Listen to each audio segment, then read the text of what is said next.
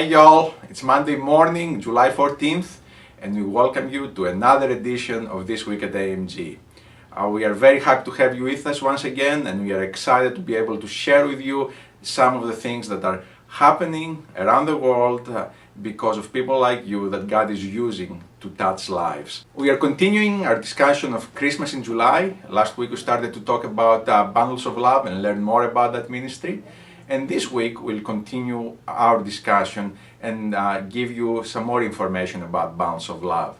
Once again, we have with us Meredith Moore, and she's going to be answering a few more questions about our Bundles of Love program.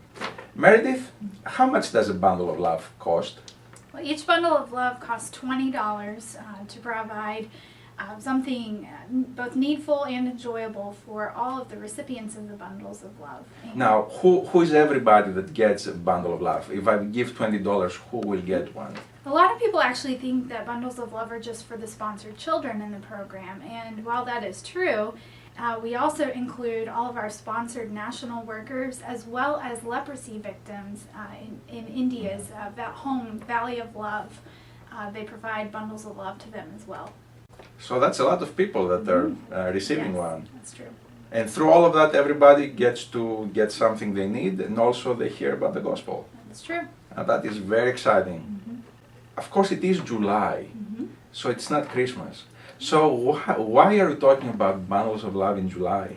Well, naturally, to go through the long process of collecting funds and sending them to the field and giving our field leaders time to purchase gifts, we have to take that into consideration very early on in the year. So July, about the midway point, is a good time to begin thinking about things that will have to happen as early as September and October in order to have Christmas celebrations in December. Well, one last question. Other than sending $20, is there any other way that people can be involved in providing bundles of love? Yes, there's several ways you can be involved. The collection process itself can be a lot of fun and a great way for churches and even kids to get involved, even if they're not a regular sponsor of an individual through AMG. We actually have the Bundles of Love Bank that churches can request. We'll mail a full packet of promotional materials, bookmarks. You can even just get involved by praying for Bundles of Love. But this is a fun way to collect your change throughout the year, again, starting now in July.